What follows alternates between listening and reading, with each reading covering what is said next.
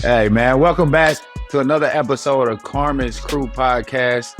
Our Buckeyes is hurting and we down right now, but we're going to keep it positive. We're going to keep it going. We're going to think good thoughts. That's all we can do for our Buckeyes, man. Thank everybody over at New Amendment for making this possible. Again, here with my guy, Adam Jardy, Jerry Sullinger, myself, David Lighty. Kraft couldn't make it today, but we're going to hold it down for him. It's sad for us, guys. I mean, nobody saw this coming. Like, literally, from how the season started to, leaving the Maui on a good note to playing so many close games. How has this, gotten to this point? Well, Lighty, I think from the beginning, we talked about this. Our schedule at the beginning of the season can either make us or break us. And right now, it's breaking us. I thought we played well at the beginning of the season, started to figure out roles, knew who the go-to people was. And then we had injuries. And now it looks like some leadership problems. I mean, we just put Bruce at the captain spot with the captains we already got. I mean, it's just tough, honestly. It's just a tough situation that we're in. We're young, and we just got to find a way to figure it out. It's not like these guys are quitting every night. They're fighting for their lives every day, playing in these games, man. And it's just heartbreaking when they lose so many close ones. It's funny you bring up the schedule, because I was thinking about this the other day, how, we talked about they had Maui and they had Duke in the ACC Big Ten Challenge, and they had North Carolina in the CBS game. But then all the other home games were, the fluffiest of cupcakes, like however you want to put it. I mean, Alabama A&M and Maine and St. Francis, PA. And, you look on that right now and you think about that, and just like I think that told us a little bit about, what they thought about this team, that they scheduled those games, for a reason. And then I think about like the Big Ten schedule that they've played to this point. And, you look at a record of 11-12 and 3-9 in the Big Ten, and that's obviously lower than what we thought. But like, if they had, you can play the ifs and buts game, all day long. But to me, it's like, you should have beaten Minnesota. You should have beaten Wisconsin. Both of those were at home. And honestly, you just flip those two games, to your point, Sully, about like these close games, these close results. But like, you flip those two, and instead of being 11-12, you're 13-10, you're 5-7 in the Big Ten. That's probably reasonable for a team that had so many question marks. But instead, you're staring at losing 9 out of 10, and you're not even in the NIT picture right now. It's kind of gotten away from them in a hurry here this last month. I also think you're forgetting about Nebraska too. I thought we could have won the Nebraska game as well. Sure. I just think, sometimes we carry a mindset where we're not really focused in the game. You see how disconnected. I sent out a tweet one time, and it was like, we look real uninterested and real disconnected. And at times we have that, but then we play against a Wisconsin team and we're down at halftime 43-27. And, Coach Holman got ejected and all that good stuff. But we come back in the second half and we outscored them 33-22. And it's like, why do we always create a deficit for ourselves and then try to play desperate and dig ourselves out of a hole? I think that's just signs of a young team that's not being led by their seniors. It's interesting that you bring that up, because the last two games, I was just looking this up for a story I was writing for the Dispatch, but going into this Northwestern game, Ohio State has not had a lead for 108 minutes. Since it was the first half at Indiana, they had a lead, but since then they trailed for the entirety of the Wisconsin game, and then they trailed for the entirety. Where was the last game? I was just there. The Michigan, excuse me. Yeah. School up north. Yeah, Michigan. Sorry. Okay. So they have not had a lead, like on top of like this losing streak, and trying to like dig themselves out of that. Like they've not even had the chance to play with a lead. And, I feel like that just builds, and I feel like that pressure is burying them right now. And you're right, Sully, like that's where you would think that, Dave, you could speak to this. That's where you're upperclassmen. Like that's where I think those guys got to find a way to just figure it out. Oh, for sure. But I think for us, that's the problem. We've been saying it since the beginning of January, when things kind of got rough for us. And you can't continue to say the same thing over and over and over. At some point, it has to be about action. I think we touched on this a couple episodes ago. You know, they just assigned a new captain. How many times has that happened in the middle of the season? I think that's kind of unheard of. So I think that kind of speaks volume of, you know, kind of what's going on inside the locker rooms and on the court as well. When you got your upperclassmen, kind of what Sully just touched on, you know, looking kind of disinterested or not, you know, really, you know, playing with the passion that you need, you know, to lead the way, then it's kind of tough. There's things like going on with us right now kind of happens. Everything snowballs, you know, one loss after another. It just more and more pressure on your backs. And I think that's been the tough part for all of us to, you know, try to take in. Like, we didn't see this happening. We definitely didn't think this was going to go on. But I mean, I will say I'm a positive person. I like the fight that we've been showing at least a little bit more. Justice, the second half of Wisconsin game, he came out a completely different player. And I would like to say he continued that, you know, the next game versus Michigan, even though we didn't get a win. But just to see that gives me, you know, some hope that hopefully we can continue on this road. And, you know, we're going to get over the barrier eventually and get a win. But it's just hurtful right now to see us, you know, one win on the road and, you know, second to last in the Big Ten in the standings. I definitely didn't, you know, predict this at the beginning of the year. Yeah. I mean, it's tough. Yeah, it's tough. I mean, it's getting tough. into the X's and O's, it's really tough. You know, watching how we. To be honest with you, you know, we're not sharing the ball like we normally do. There's times where guys are just, I feel like they're hunting shots, and I mean, it's not a bad thing when you're a shot hunter and a shot maker and shot taker, but like it seems like we get down 10 and everybody wants to hit that home run shot. Yeah. It's like everybody wants to hit that home run shots, and to Coach Mata's credit, we're talking about hitting singles. We got to hit singles. And I think the more we slow the game down, I mean, we're right there. We're not playing bad, but we're not playing great either. I think we have to have the mindset that we deserve to win. I think that's the mindset that we're losing on. How much more do you think they need to start trying to do from the 3-point line? Because this was a talking point this week. It was something that came up, and I was looking at these numbers. Like, this team is 26th in the country in 3-point percentage. They shoot 37.6%, but they are 332nd in what percentage of their shots come from three. Right. So you're a top 30 3-point shooting team, but you're a bottom 40 in 3-point attempts compared to how many other shots you take. Like, this team takes so many shots between the paint and the 3-point line that it just doesn't need to be taking, I feel like. And I don't know. Go ahead.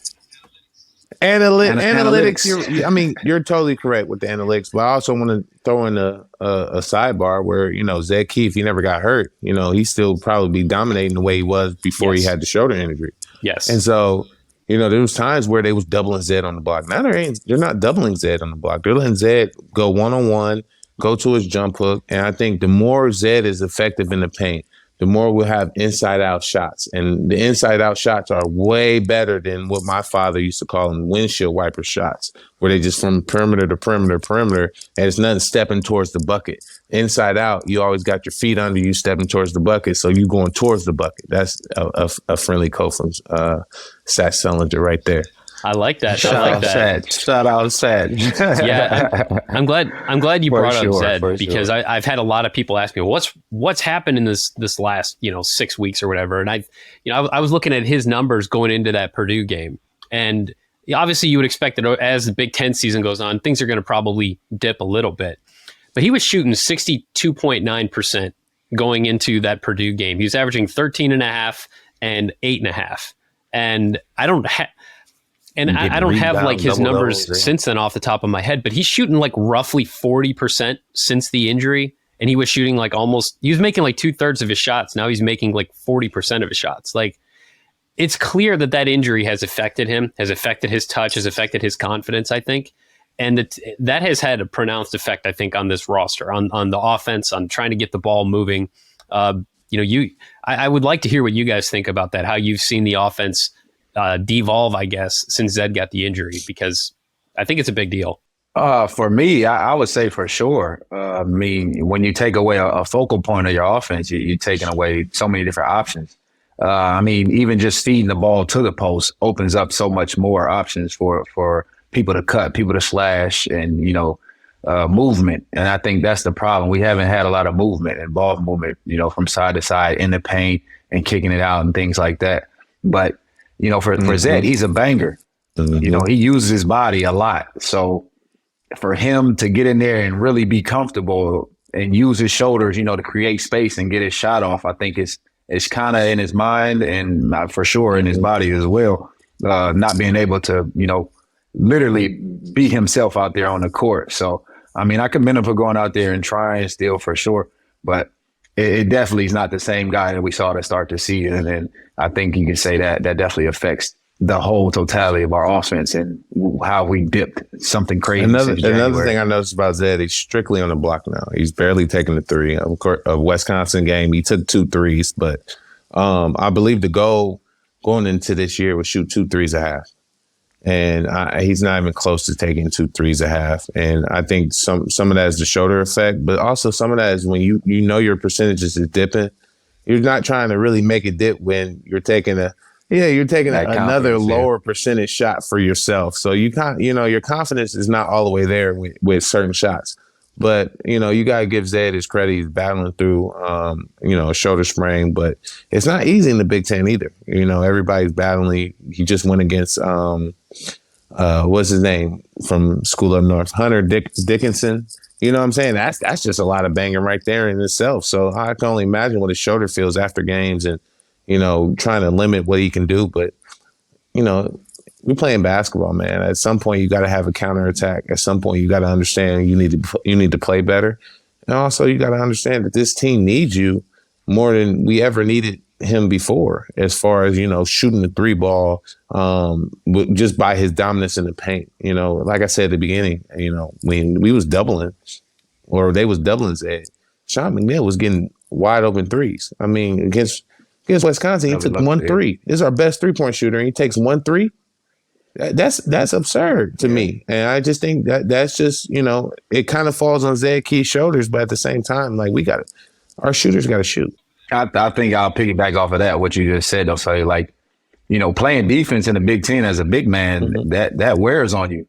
As a all-around player who checked 1 through 5, you're banging down there with people, and then you got to go try to score a bucket as well. Like, that's difficult. That's tough.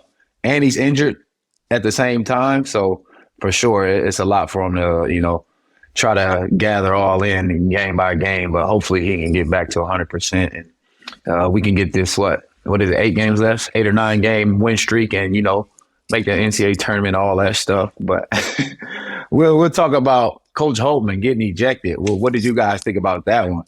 I like the fieriness. I mean, I don't think he should have got ejected. It was a terrible charge call anyway, but we needed something. We literally have nothing else to try. So this is the only option for us. Adam, you can speak about it because you was there, but from where I was watching it in the living room of my home, it's just tough when you're just losing and you're losing and you're losing and you're trying to find a way to fire your team up. And I thought that was the perfect way to do it. I mean, granted, we was, like I said, against Wisconsin, we was down 43-27 at halftime, and we ended up losing by 5. But I feel like Coach Holtman was showing his guys he was willing to fight for them. That's one, and two, that y'all need to wake up.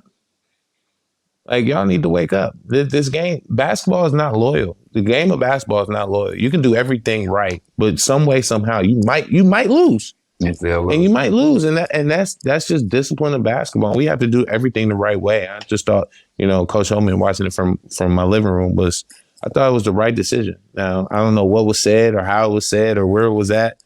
I'm pretty sure, Adam, you know what really happened, so I'll let you tell it. Well, basically, as that unfolded, it had been building throughout the game. You could see the frustration. There had been 2 or 3 calls that had not gone Ohio State's way. And I felt like when this specific call happened, that was where you saw it all bubble to the surface. You saw the frustration of the game, the frustration of the losing streak, the frustration of the season, the frustration of expectations. Yeah. That all, I felt like, came out there from Chris Holtman. And he 100% deserved that first technical. What's interesting to me is what happened next, because that official who turns out was reffing his 6th game in 6 days, which was a stretch that started. This blows. Oh, and in 6 days. Oh, and they do it this like stretch that? started. He reffed a game at Stanford on a Saturday night. It was a 10 p.m. Eastern start. He then reffed a game at at Purdue the next day of a 12:15 Eastern start.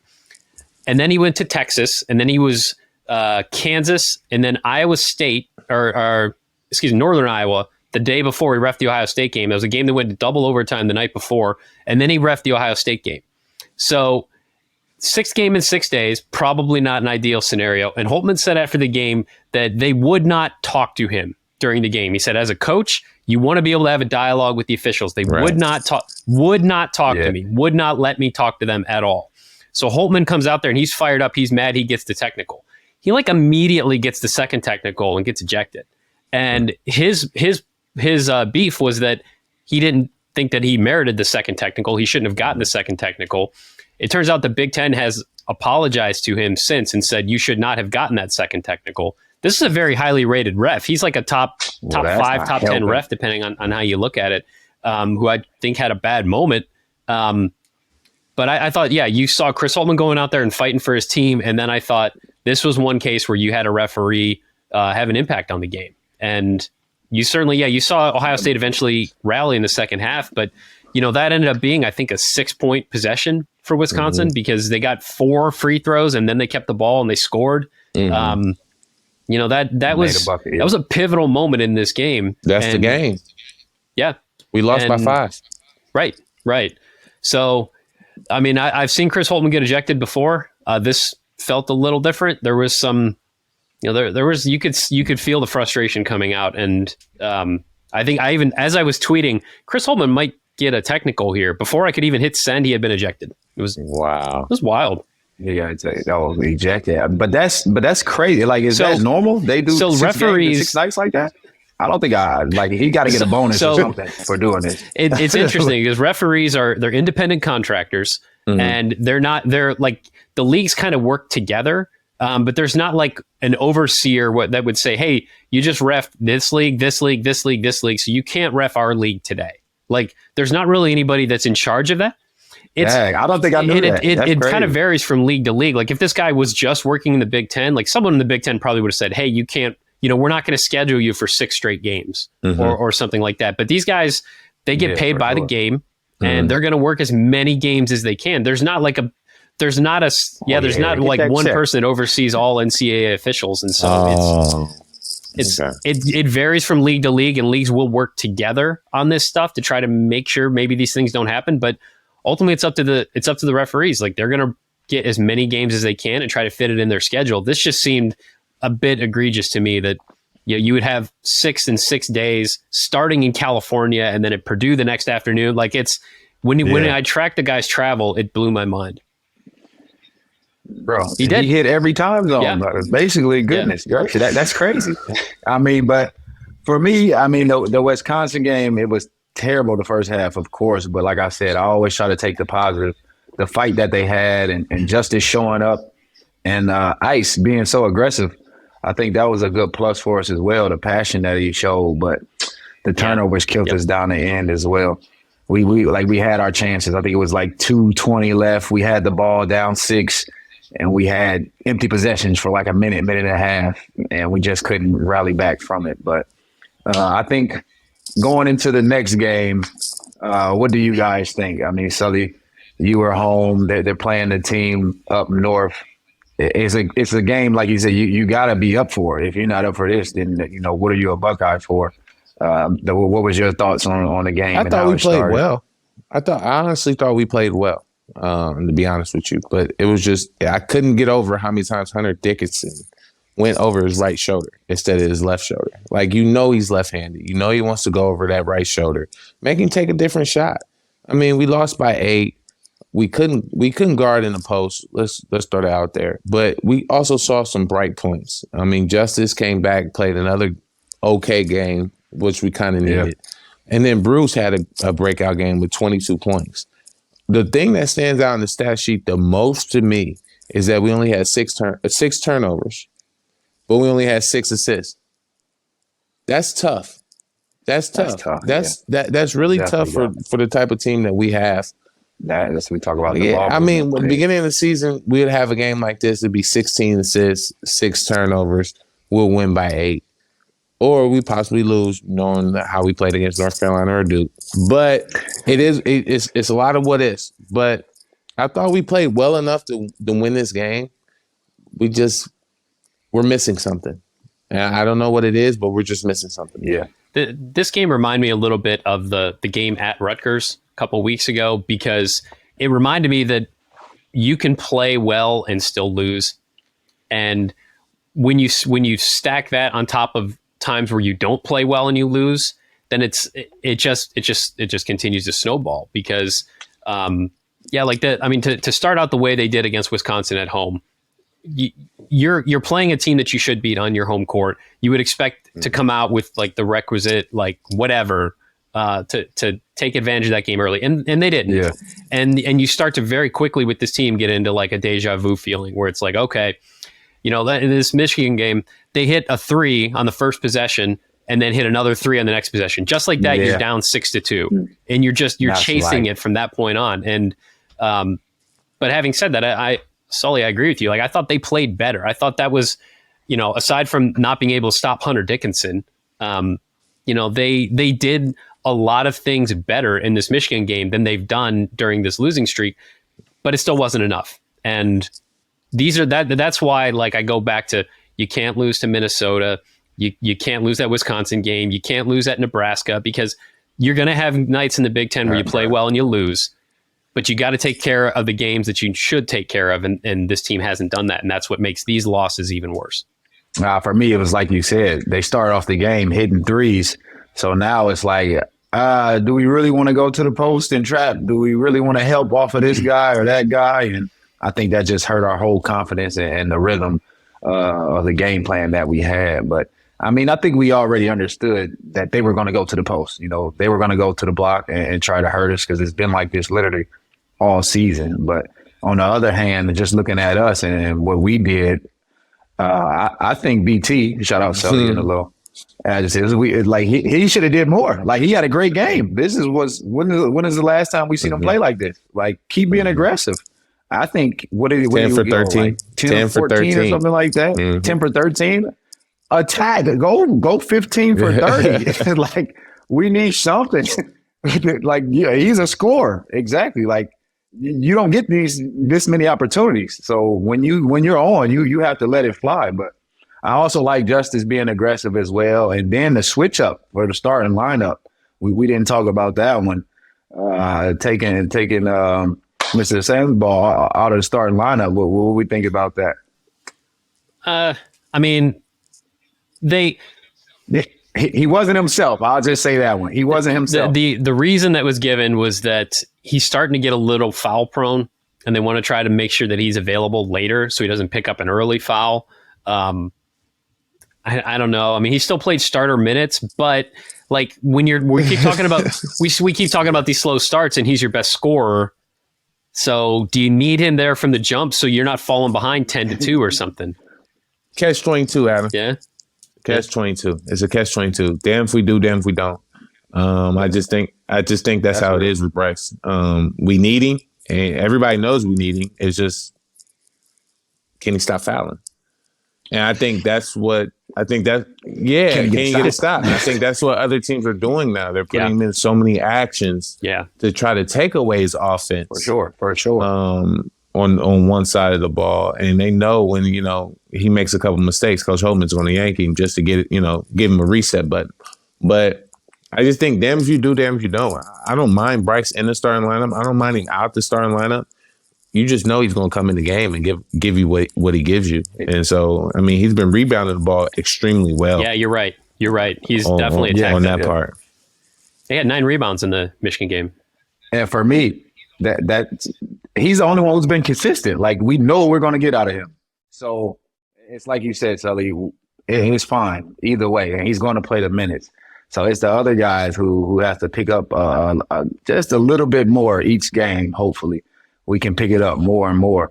But the fight, even the second half, what was it? A 3 or 4 point game. Literally the first 4-minute wars, I think it was. So, like, we're right there. Like we said, we played a good basketball game, but that's just the Big Ten and how it goes, especially on the road.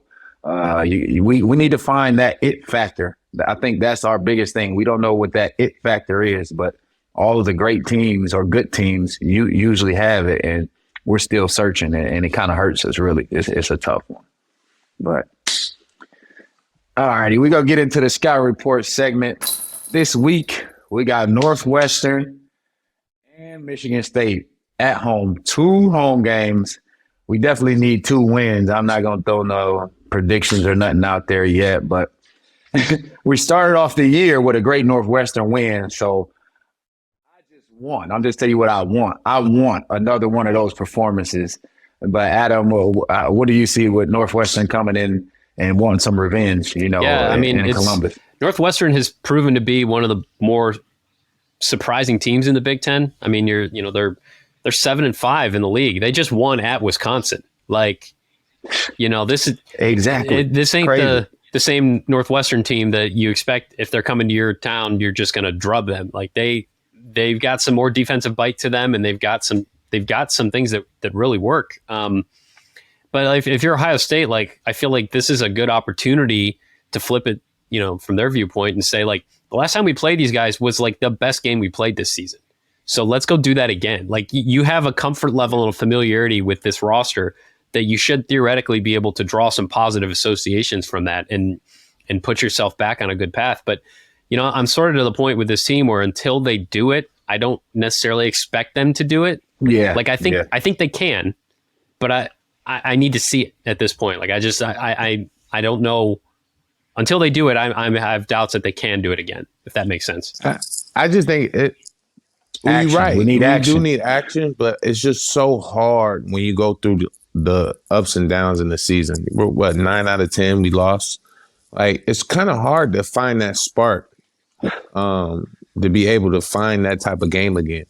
Because right now you're just searching. Everybody in their mind, as we're talking about, Zed has to be better, Justice has to be better, Sean has to be better, Ice has to be. They're all thinking the same thing we're thinking. Yeah. And if they're not thinking what we're thinking, that's real. Then that's a problem. That's the problem. If they're not thinking what we're thinking. But at the same time, if they're thinking what we're thinking, they're only putting pressure on themselves. And, sometimes pressure breaks bust pipes. And I think that's what's happening right now. It's like everybody's on themselves. Like, when they throw a turnover, it's almost like the end of the world. They're like, damn, not me. I don't want to start this snowball effect. Or, they miss a shot. It's like, damn, I don't want to be the guy that misses an open shot. So it's like they're kind of mentally beating themselves up. So I just think with this Northwestern game, you got to come in and just let's look at the season. We got 8 games to go. We are 0-0. Let's just start a whole new season. Yeah. And let's see what we do with these last 8 games. See what we do in the Big Ten tournament, and then let's determine our future from there. But if we just keep playing with the same mindset, playing with the same energy, the uninterested, disconnected body of team, then we stand no chance. Oh, that's real. That's definitely real. And then we got Michigan State after that. They're hot. Nobody wants to play an Izzo team, deeper in the season, because we know they get better and better. And they just got a good home win last game. So, Adam, what's the Scout Report on It's Michigan a really State? good defensive team. I mean, they're top 30. Yeah. Scrappy, I mean, it's kind always, of what you would expect from Izzo. The thing that interests me is they have such a short bench. They didn't really add a whole lot this offseason to where, if they have 1 or 2 guys get in foul trouble, then they're really in trouble. And I know Izzo has talked about that recently. Like, he's playing guys 30 minutes that he doesn't want to play 30 minutes, which I think is telling. And they're like some of the higher end guys, like the high usage guys. It's not the same, like, world beating Michigan State team, but it's, what you're going to get from a Tom Izzo team. You know what you're going to get this time of year from a Tom Izzo team. So a great scouting report. Yeah. So you've got to be ready. You've got to be ready. Yeah. And that's, this is the first time they've had back-to-back home games since like December. So I don't know. Does that mean anything at this point in the season to this team? I'm really not sure, but they got to show us. They got to show us, like you said. They got to show us. It doesn't. It means nothing until they show us, like you said. If the disconnect isn't there, it's going to be like Sully said. It's the same thing over and over again. So, I mean, for us, it's like you said, hopefully we can flip a coin and say, like, this is the week where we're going to start our run or start to turn that corner, and gives ourselves a chance. Give ourselves a chance. I'm going to bring it up. I really don't want to talk about it, but I'm going to bring it up. NCAA tournament or NIT? What are we looking at? Because right now we're not even in. But do we still have a shot? Adam had the numbers we talked about a little bit, saying that we're still, top 50 somehow, some way. But it's not looking good. But I'm going to stay positive and say we got time, but time is running out. I mean, the computers haven't given up on this team for whatever reason. What we're seeing with our eyes does not match up with what Ken Palm says, with what the NCAA's net rankings say, you look at any computer projection, and this is still a team that, if you were to say, hey, you stack a couple of wins together, suddenly you have a resume that, probably shouldn't matter, but it very well could. And the Big Ten's going to give you some opportunities. I mean, Michigan State, you're going to still go to Purdue. Like you've got games that are still going to matter. Yeah. The problem is you've dug yourself such a big hole. You have no room for error at this point. So it's hard to project that this team's going to reel off a string of wins after it's won one game since New Year's Day. But the computers still love this team for whatever reason. I don't think so. Honestly, I don't think so. We're an NCAA team. We got too many bad losses. And then some of the teams that we did lose to, they have really bad losses. And like North Carolina and Duke. Yeah. So, I mean, even San Diego State, I believe they lost previously in their conference. I think they have a bad loss as well. So going through the whole, our whole schedule, we really don't have really breakout wins that really qualify us for the NCAA tournament. NIT possibly, but again, being at the bottom of your conference right now, I don't see NIT or NCAA at all. And if we're in the NCAA, then that means the whole Big Ten should be in the NCAA. Hey, that's a good one. That's definitely a good one. I'm with you though right now. How? Just like literally, if you look yourself in the mirror and you say Ohio State's an NCAA tournament team, then you're crazy. I would say, man, that's hard for me to say. For my Buckeyes, because we never predicted this or saw this happening.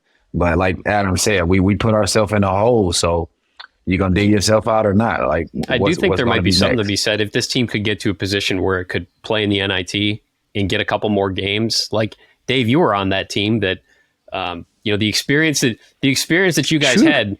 I know nobody cares about the NIT, and I know you guys, you guys famously threw the trophy in the river, I think. I mean, I've never actually seen that trophy since the day that you guys got it. And I've seen the picture of you, Dave, holding it. You're like the least interested I've ever seen somebody holding a trophy. But like the experience that maybe this team could get out of something like that. If you had an NIT run with Roddy and Felix and Bruce playing high level minutes, knowing that they're going to be back next year, like, there's some benefit there that I don't think a lot of teams would get out of an NIT run, but they still, right now, they're not even in that. So I don't know. Exactly. So I'll give you the story on this, man. That was just a whole turnaround for me, going from the national championship to the NIT championship. The NIT championship. And the big thing was we could have played Florida in the championship, so it could have been a rematch, but they end up losing. But in all honesty, it was just like, be free. Once we got to the NIT, I'm still mad about, because we were a tournament team that year. Sorry. It was literally, I don't know how they let us out. We should have been in there. But we went on a roll. I think that gave us confidence. It definitely gave Evan a lot of confidence going into the next year. So there definitely is positives out of it. But when you look at it, our team structure, of course, was different. Like the players that we had, the team setup that we had, we should have made it to the tournament. For these guys, the younger guys and the group that we have, I think for sure it could be something that can, build, game by game. But in all honesty, it's going to be what's going to happen after the season. Who's going to be around? Who's going to test the waters? and see what's going to happen, NBA wise, who's going to test the portal, who's going to be available in the portal. So we talk about that a little bit. What the class that we have coming in, what do you guys see happening, or who do you think might test the waters and leave? I'll just toss it out there right now.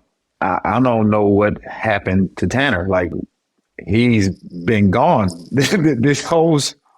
since this year started. He's like literally been a no-show. So I'm not sure what's going to happen there. I thought he was going to be a big part of our team starting the season off with the experience that he had, but it just didn't turn out that way. So I'll just say the expectations of guys testing the portal and the incoming freshmen, how do you see things turning out next year forward?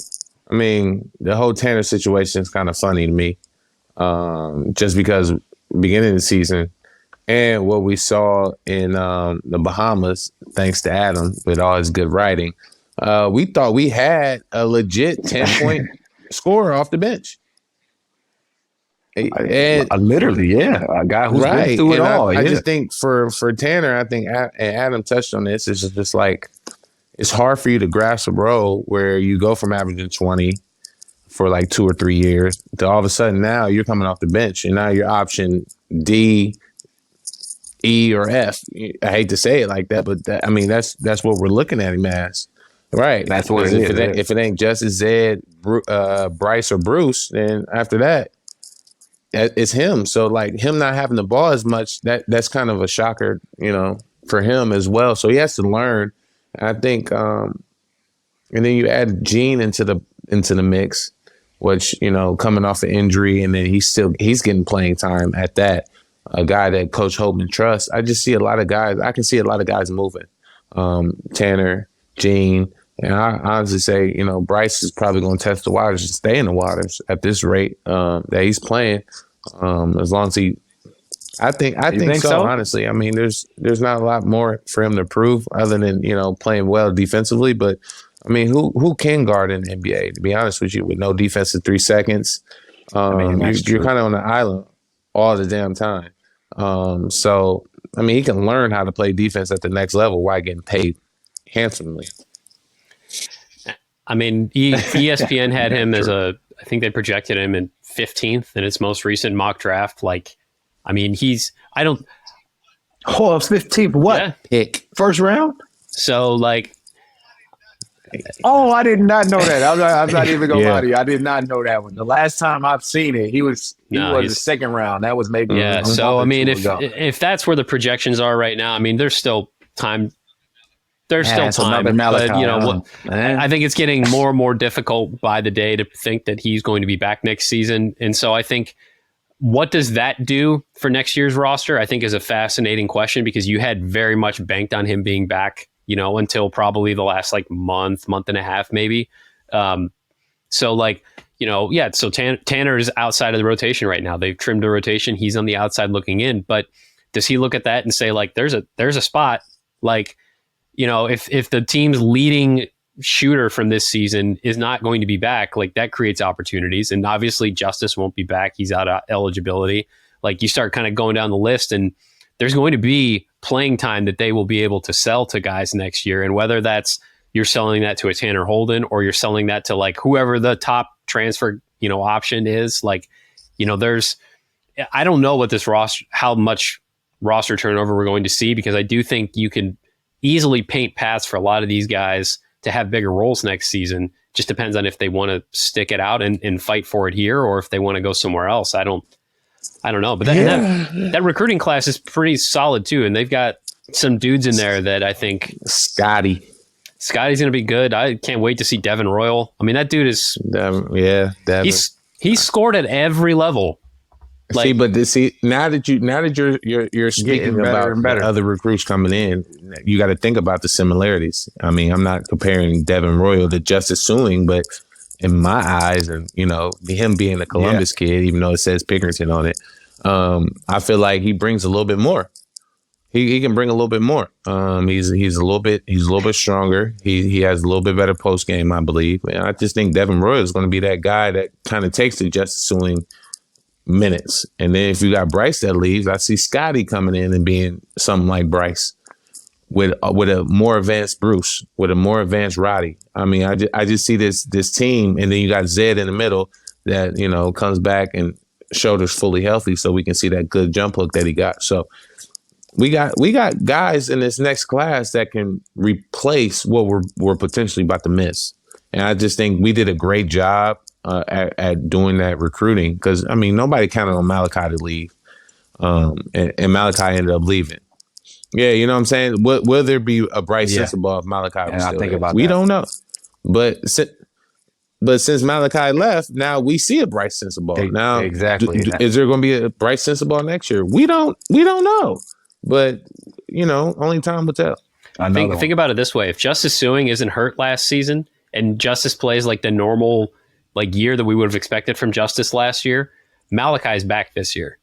And think about then, if Malachi is back this year, because he wouldn't have gotten the same number of shots. The offense wouldn't have given him as many opportunities last year. So Malachi would be a sophomore this year. And if Malachi was on this team, think about what sort of offensive role he would have and how that would impact Bryce. And then I think you're talking about Bryce is back next year. Like, it's amazing that the domino effect in college basketball, and all it takes is like one injury or one decision that you can't forecast. And then, you know, it's all different. I mean, you can say the same thing about Coach Mata when he was recruiting. He had Greg, Mike, Daquan. They all left. Recouped with E.T., John, Costa. Then Costa left. And then recouped that with, I forget who else came after that. I think it was Dallas. I think it was somebody. Mullins. No, Dallas was what Costa. Yeah, BJ. It was BJ, Will. And then he had that group for 2 years. And then E.T. ended up being a top 2 pick, and then I came the next following year. It was just like a snowball effect. So I mean, sometimes you got to recruit in a way where it's kind of crazy. It's like, you know, this guy might leave. Let me recruit somebody in that similar position. Honestly, Malachi I thought was a 2-year player, but as the season went on, he got better. Similar to Bryce, as the season goes on, he gets better. Now defensively, he has to get better, but that's neither here or there. So, I mean, at the end of the day, we just got to figure out what works for us. I think at the beginning of the season, we knew what worked. We had a big bench. We used all our guys. Everybody came in and gave us something different. And then now it's like we're kind of searching for guys that give us a pick-me-up. And we don't have that same type of surge, that same type of energy that we had going into the season this year. Yeah, I think you're right. And it's tough at this time of year trying to find those kinds of answers when you're going on the Big Ten and playing 4 out of 5 on the road and things like that. Like, it's not a good time to be looking for answers. No, it's not. And the hardest part about looking for answers is we're going to our young guys for the answers instead of our older guys. And I just think that's what made my freshman year team so efficient, is that when our young guys would, keep it quite frank, bullshitting, here comes Lighty, Dallas, John, and Will, and you can even throw Kraft in that situation, getting on your ass about what the hell you're not doing right. And I mean, I'll never forget it. You know, I knew Lighty was a leader the first day he got out of his boot, the first day he was allowed to run the mile, and everybody's like, nah, Lighty, don't run. He's like, I'm running. He was first across the line, and he hasn't ran in 3 months. And I was like, that's just the type of leadership that, you know, it didn't matter if I was in the boot for 3 months. I'm still going to give it my all. And that's what carried us into the number 1 team that year, and should have went to a Final Four later on in the championship. But, hey, that's neither here or there either. Word on campus. What's the word on campus? I know you probably hear a lot of stuff through your Twitter. I know you hear a lot of stuff about, you know, all through your email. What are the people saying to you, especially you, Adam, because you're writing up stuff constantly about this team. What are you reading on the word on campus? Just a lot of unhappy people. I mean, you know, it just seems like it's ever since the North Carolina loss, it's just like the drum beat and the tenor of the conversation has just changed to where they're just angry. And, you know, it's not a happy place right now to be an Ohio State basketball fan. That's just the general consensus I take away from all the people that I hear from our readers. You know, it's just, there's a lot of anger right now that this has gotten to where it has gotten.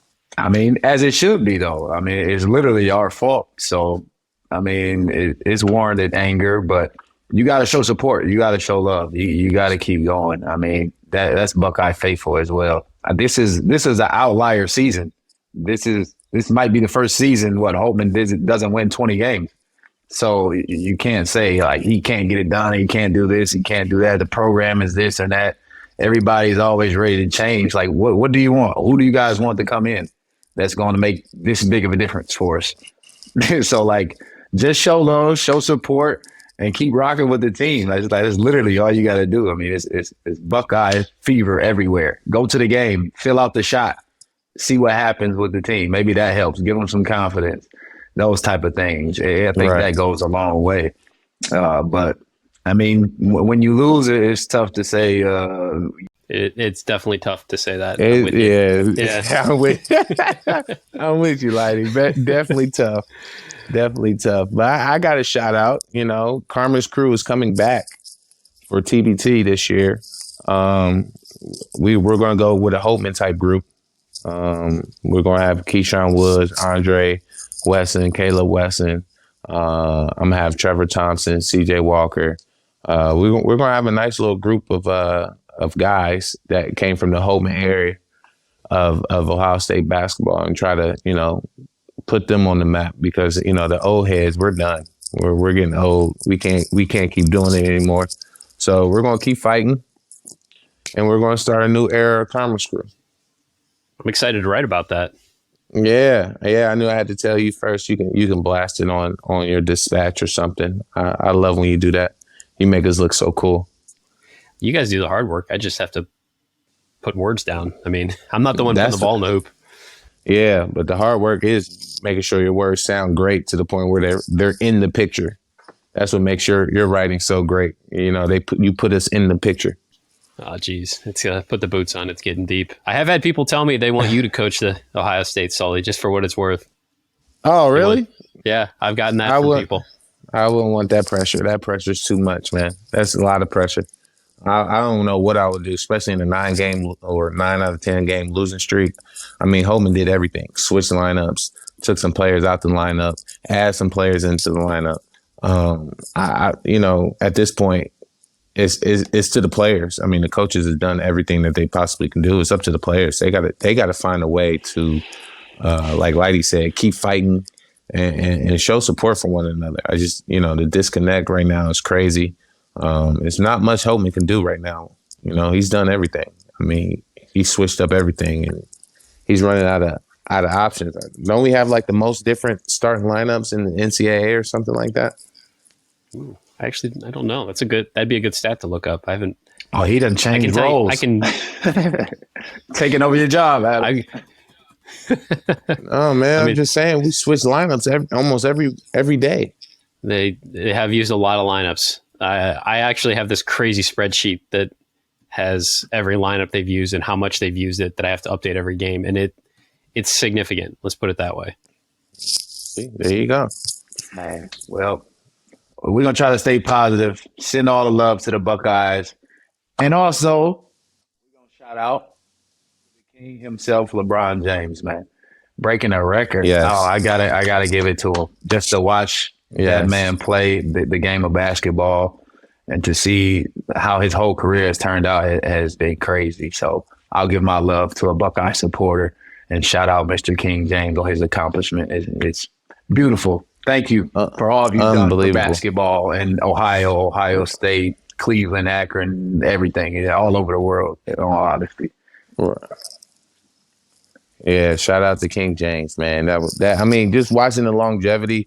And then everything that they put on him, he lived up to every piece of hype that you ever put on his back. Beyond it. Yeah, I mean, it's unbelievable. And just the way he carries himself on and off the court is something to look up to. Yeah, absolutely. The fact that we live in a world where every second of his life is probably being filmed and watched and scrutinized.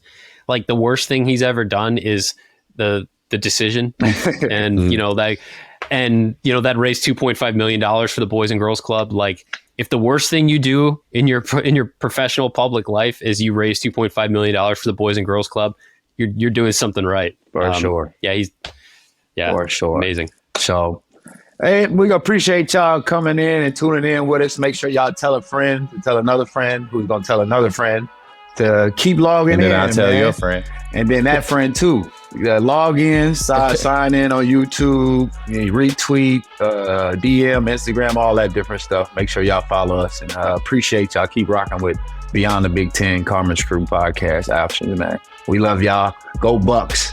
And congrats again, King James. Beyond the Big Ten is a network of podcasts that aims to be your go-to resource for all things Big Ten. We cover the entire conference with shows hosted by ex-players and athletic alumni, aiming to be your go-to source of information and entertainment for your favorite team. Hosted by ex-Big Ten players, media, and insiders, our podcasts are focused on giving diehard fans and those alums an inside scoop about the teams and people that make the Big Ten Conference one of the most watched and most talked about conferences in sports. We're excited to talk Big Ten basketball with you wherever you may be. Subscribe now.